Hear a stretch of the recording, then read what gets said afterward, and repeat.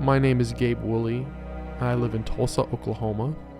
I'm a teacher, a son, a brother, and an uncle. In 2018, my nephew, Elijah Woolley, at 14 months old, died unexpectedly in his crib.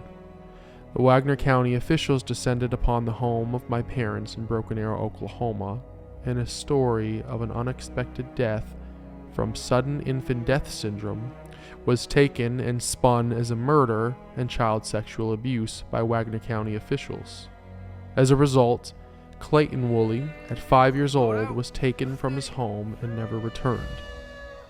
This is a story of a justice system operating under the guise of guilty until proven innocent. This is a story of injustice, a lack of accountability. The purpose of this podcast is to raise awareness, hold accountability, and it is a call to action for citizens of Oklahoma and the United States for checks and balances in our systems. This is the Rescue Clayton podcast.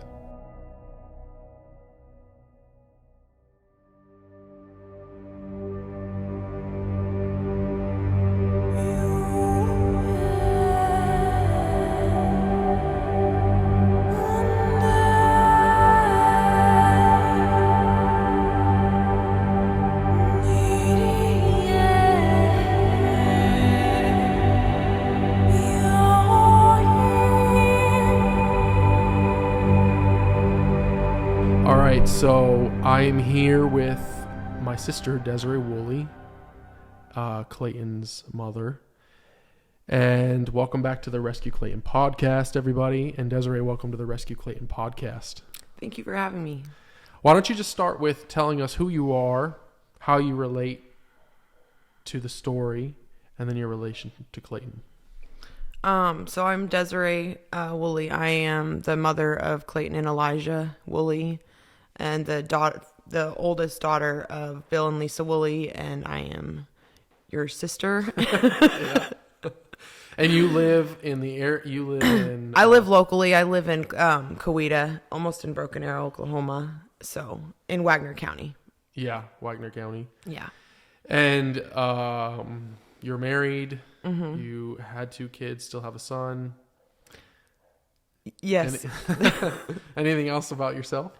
Well, I'm married. I have 2 sons. I've been working on trying to get custody of Clayton for now about 5 years. Well, actually, it goes back 7 years because before all of this started, I was working on getting custody Working back. towards being able to. Absolutely, yeah. Right. For about 2 years. Yeah. I was really, really close to getting them both back when Elijah had passed. And at that time, I remember you were working at a sort of rehabilitation center out of Chakota, Oklahoma. Yeah, Mm-hmm. you were on staff at that point. Yeah. Yeah. I had went into the program as a student, and then I really believed in what we were doing there, and I felt like the best way for me to continue my progress coming out of addiction would be to help other people come out of addiction, because I just feel like going through that in your life, it's easier to relate to somebody when they're trying to come out of it. So it would automatically just be a good fit for me. Right. I kind of thought about that a little bit, and I think that's a big reason as to why I got into teaching, because I struggled a lot academically as a child. I almost dropped out of high school. I was almost like held back multiple times. I really struggled and was bullied and everything all throughout school. And I really think that's a big part of what inspired me to become a teacher, because you can kind of empathize with those people that you see struggling and know that you've been in those shoes and know that you came out the other end.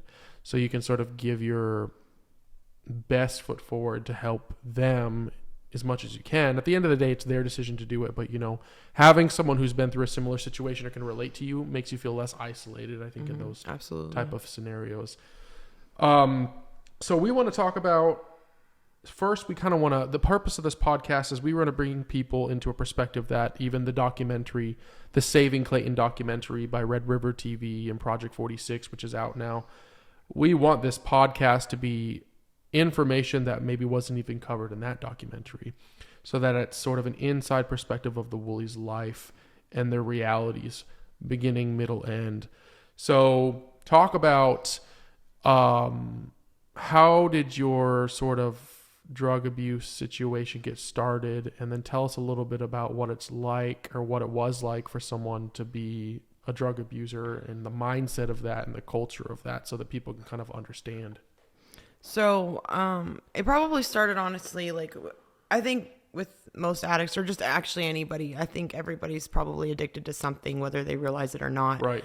So, my choice obviously probably wasn't always drugs. It probably just formed into drugs once I got my hands on that and I realized what it could do and how it would make me feel or not feel, I guess, lack of feeling there, or negative feelings. Yeah, a way to cope with things. So, because I know I was coping with emotions before that, and I know I had up and down, like a typical teenager, I guess, different feelings of being picked on at school, or just trying to find friends, trying to find where I fit in with the family, with friends groups at school. So talking about that part, how would you say, and you're correct, and I agree with you, I think everybody has some sort of outlet that they use that can stem into an addiction as a coping mechanism. It could be pornography. It could be obsession with being with friends and being on your phone all the time. It could be alcohol. It could be always having to be in the spotlight. We really, like,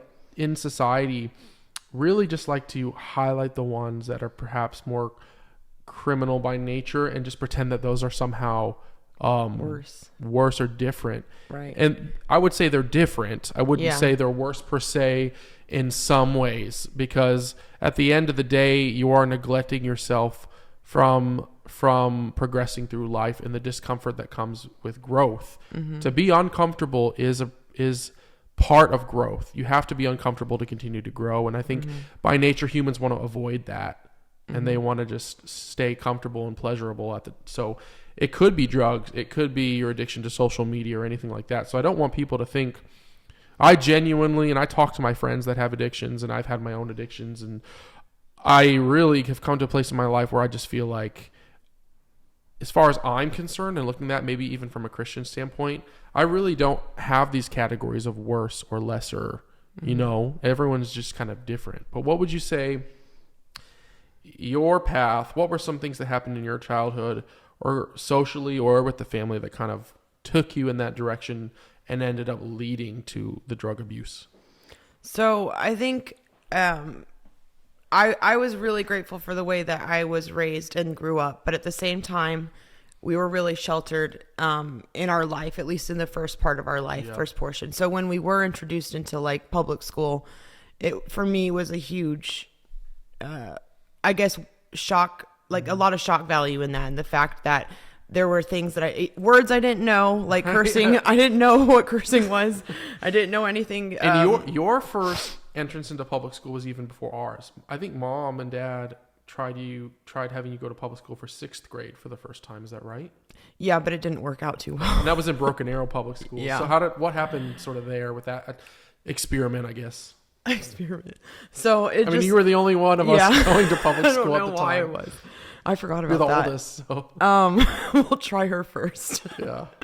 I think I don't really remember exactly, like, how I felt at that point in my life, or like what I was thinking. I don't even remember my friends that I had. I vaguely remember my friends in that part of my life, but I really remember just mainly my home life, because I could feel it starting to be different than what I was raised. And so the way I was raised. So because it was different in school, felt different, because of the way that my school life was turning into, and my social life, and what I was learning and starting to become, it definitely differed from what I was raised and how I lived my life at home. So you're almost living two different lifestyles, one at school and one at home. Right. Right. And so I would have to separate them. I'd have to come home, and I wouldn't be thinking this, but now looking back, I realize this is what I was doing. Yeah. Right. And so I remember getting in the car and remember thinking, well, don't say that word because Mom won't like that, or don't talk about that because Mom won't like that. You have to hide yourself or parts of your new discovery. Right. And I think that's just part of childhood, is we come across things that we're not used to, or maybe we're not supposed to get into, and it's always a secret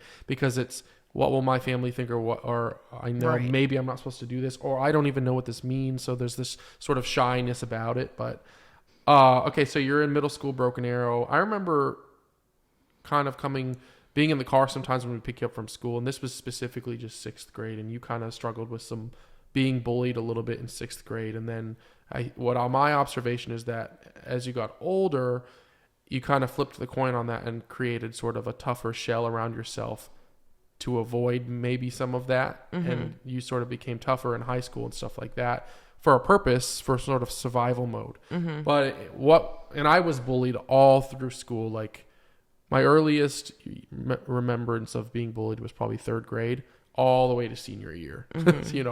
So how do you feel like maybe bullying or just conflict socially with your peers as a child could stem into some sort of addiction or abuse or outlet that people use? Well, I think you just want to fit in general with whoever you're around, whether you're with people at school or home, church, out, hanging out to eat. It doesn't matter. You want to fit into wherever you're at, and whoever you're around, you want to fit in.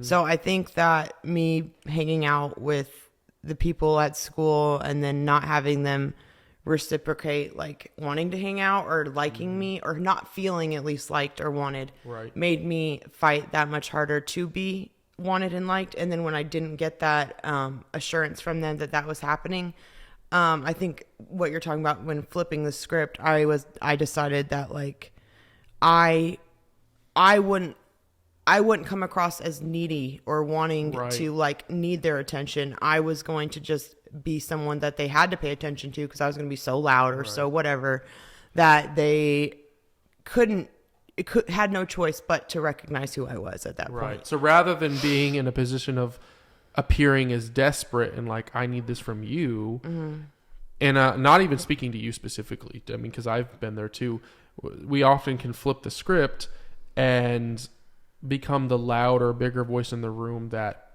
people automatically look to. So rather than you running to them, they're now looking to you. And I think it gives us this sense of validation. And I see it all the time with my students.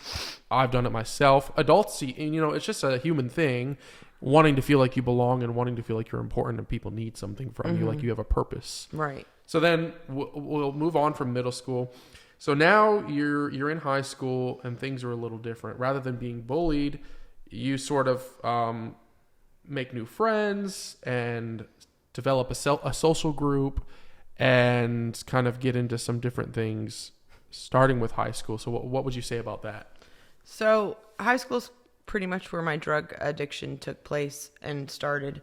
It stemmed from like, I think I was 15 years old. Honestly, I probably started when I was like 14. I probably like dabbled with like weed maybe a few times, but it wasn't ever something I was like, this is great, Right.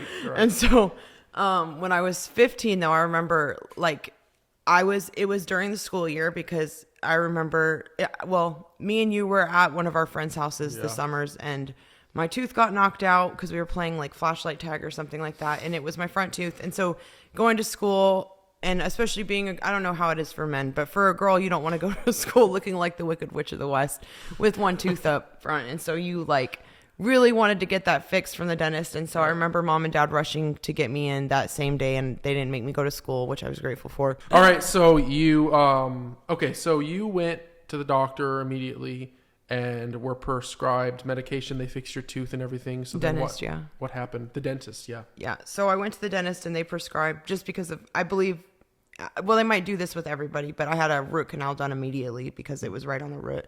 So then they prescribed me some painkillers, which I believe were hydrocodone. I can't remember exactly. I know it was a painkiller in that family of hydrocodone. So I remember not knowing anything and just taking them like I was prescribed to take them for pain, along with a antibiotic, I believe. And I was supposed to take them every like 3 to 4 hours or something like that, or half of one. And so I took them to school because that's what was prescribed. It was, and at that point, I don't know if they do it now where you have to give it to a nurse or something when you get to school, but you didn't then. Yeah. If you had medication, you just had it on you. And so I remember being in, I think it was science class in my like third hour, and there was this guy, and I was taking it. I took it out, my pills out, and I was about to take them because I saw that it was time. And the guy next to me was like, noticed what I was taking apparently, because he said, "Can I have some of those?" And I was like, "Why do you want some of these?" Because I didn't know what they did or why they would be wanted. And then I remember thinking, this guy's never talked to me before in my entire life, and now he's talking to me and wants something from me. He expressed interest in Right. And he wanted to meet me after class to get some from me. And so I was like, well, I don't remember thinking like, oh, that's so cool in the time. But now when I'm looking back, I'm like, well, that must have been why those were so appealing to me, was because I got attention from it that I hadn't gotten before. Right. Yeah. No, absolutely. So that's definitely what set it in motion. So that was probably an exposure moment where you realized, oh, okay, people who don't need pills like this want them for some reason. Right. And obviously then we can get into the addiction aspect and stuff like that. So, well, then he said, like, he was like, if you take, I didn't know why he wanted them. So I asked him, and he was like, if you take more than you're prescribed, you'll feel good. And so that's when I realized, oh, okay, so I can abuse this particular thing that's not supposed to be abused, or that's given to me by a doctor for free, because I was getting it for free. I mean, I don't know if mom and dad were paying for it, but I was getting it for free. Like, so it wasn't something that I had to do anything for. It was just literally like, you say you're in pain, you get something, you feel good, and then people like you, for some reason.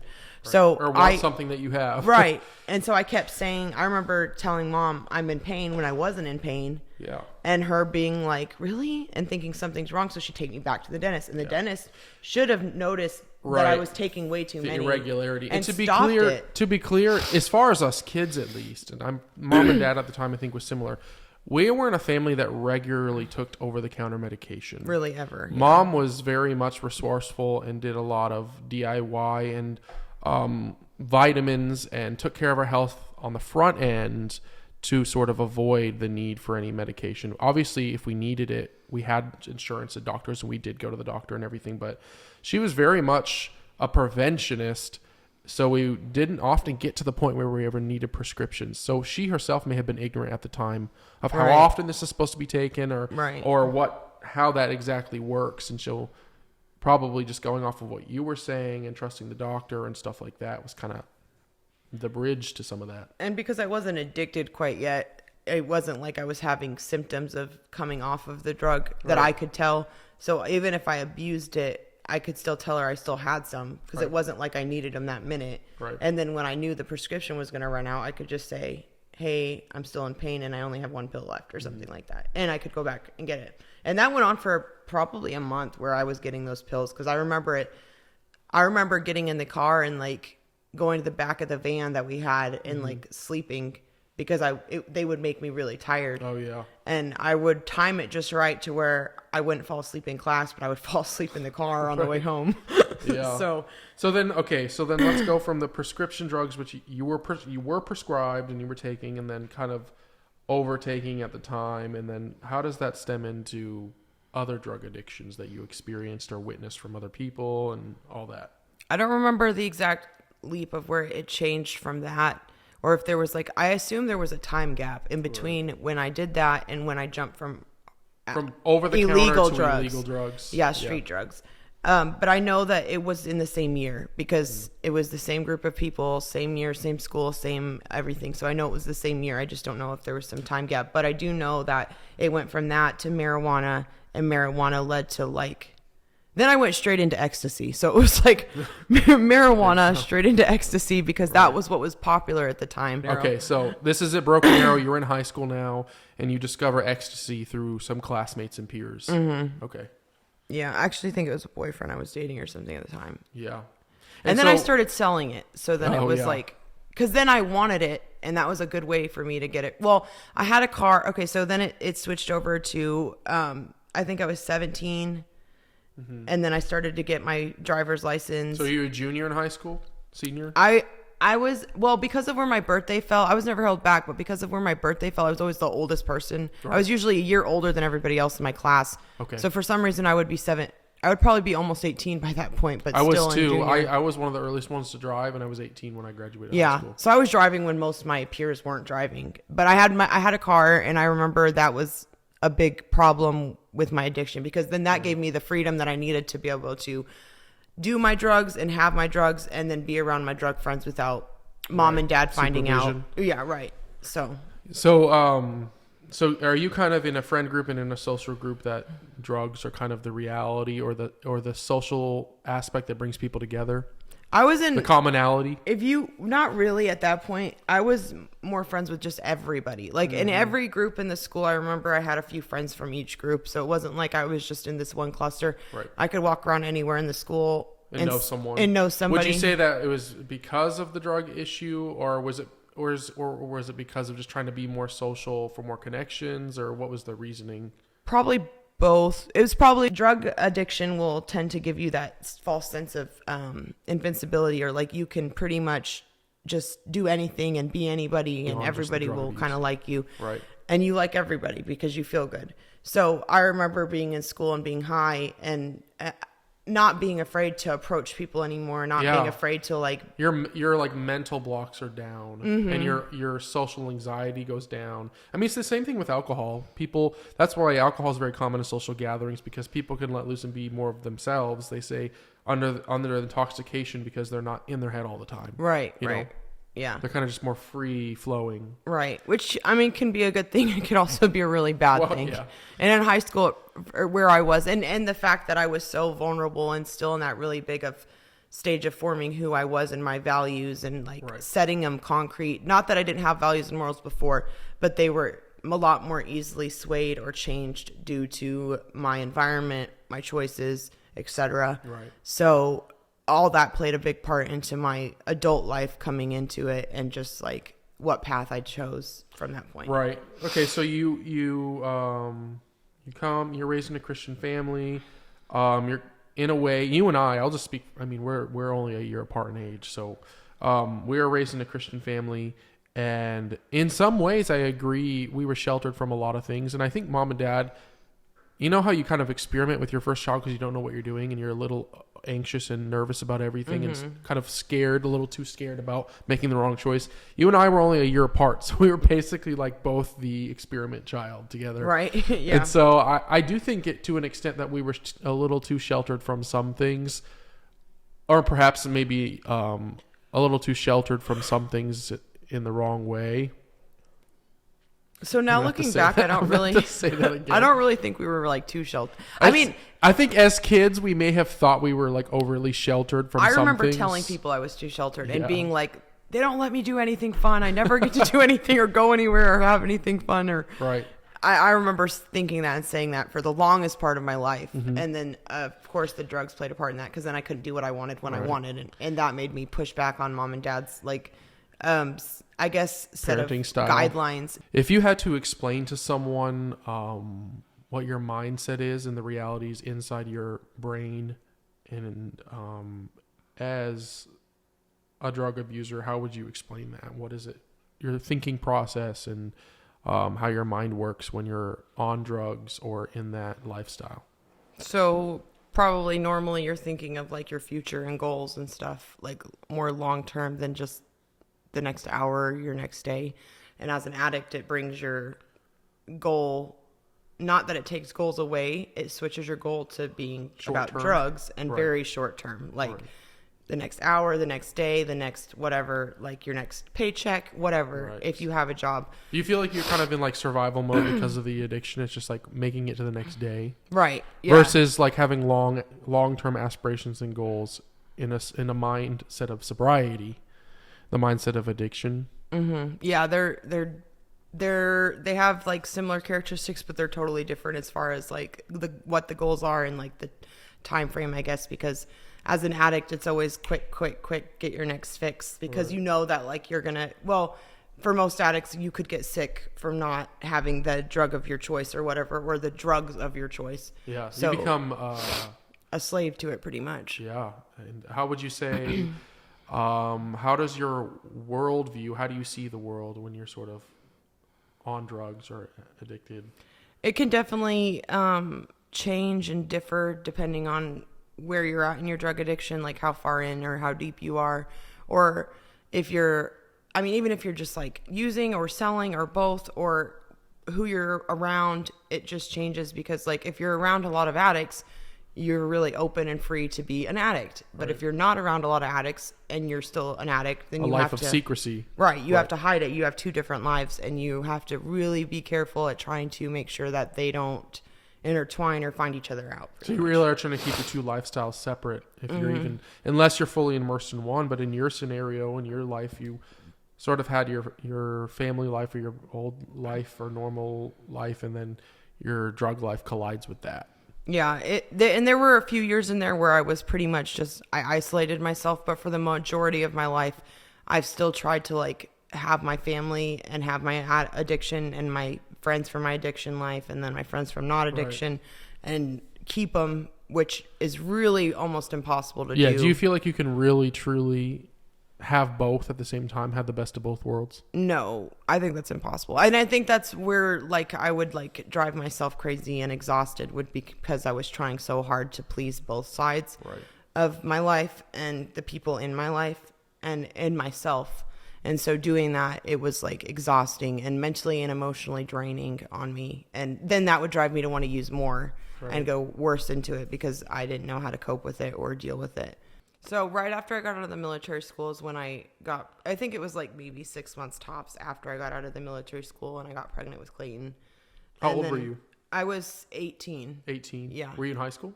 I was in high school, but I think I dropped out, and then I ended up going to like a pregnant people when they have babies. Oh, yeah. For like a really short period of time. So you did end up dropping out of high school. Yeah.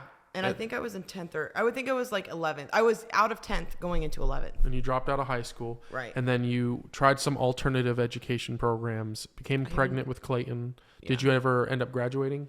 I didn't end up graduating high school, but I got my GED. So I guess that's an equivalent or whatever. It is, yeah. So I didn't do it in the time frame I was supposed to. It was like, I think I was 21 when I got my GED, but I did end up getting my GED and finishing that during a stint of when I was in recovery and trying to really hard to like better my life and get back into like what we were talking about earlier about goals, life goals. And that was one of the things I needed and wanted to further my real goals in life of like growing and having a family and stuff like that. So you're pregnant with Clayton. You have Clayton and you're 18 years old. Yes, I was 18. What was that like? The pregnancy? Did you struggle during pregnancy? And then having Clayton in his early years as an infant. What was that like? So I tried really hard to like fix my life when I was pregnant, and I still wasn't able to completely get rid of my addiction. So I remember like smoking weed when I was pregnant and smoking cigarettes periodically throughout my pregnancy.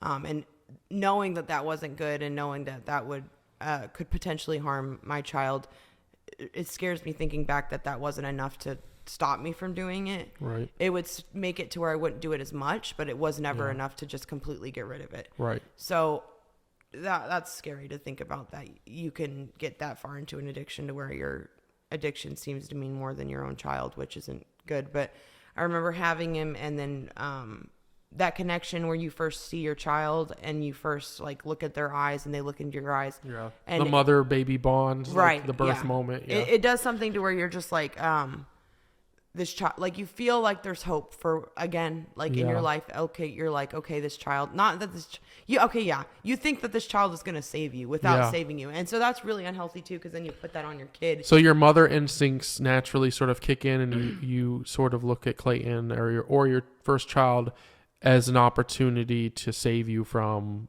your lifestyle at the time. Yeah, and to save him, because I knew that like me being like that would also cause him to be in that life, and I didn't want that for him. So it was kind of like sobering moment. Right, yeah. And it really made me think a lot more about like where I was in life and what I wanted in life. And I think that was probably the biggest first, because there's many steps to recovery, but that was probably my first initial step, even though I didn't completely get sober at that point. That's probably where my turning point started. And it takes time to make a habit. So I feel like often the world will look at, well, you tried the sobriety and this was your first step, but you failed.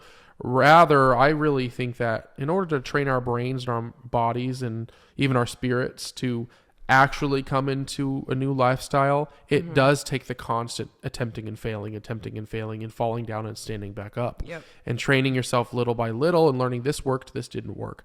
And so I don't really look at failure so much anymore as simply failure, end of story, and I have to start completely over.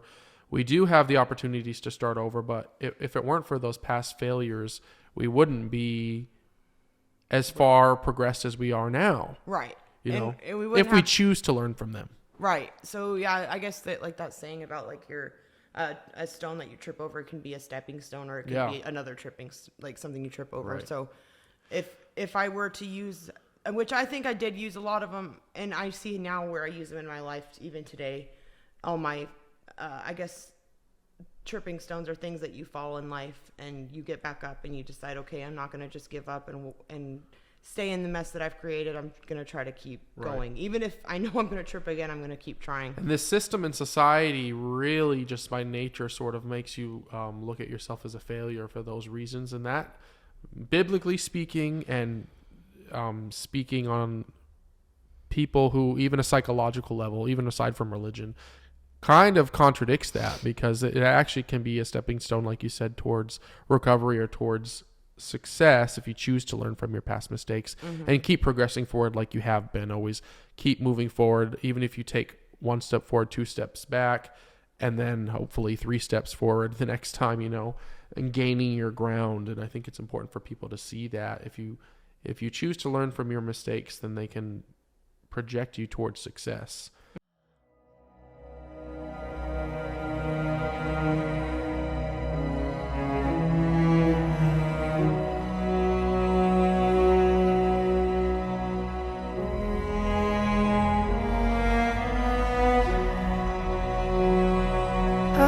Uncle Gabe,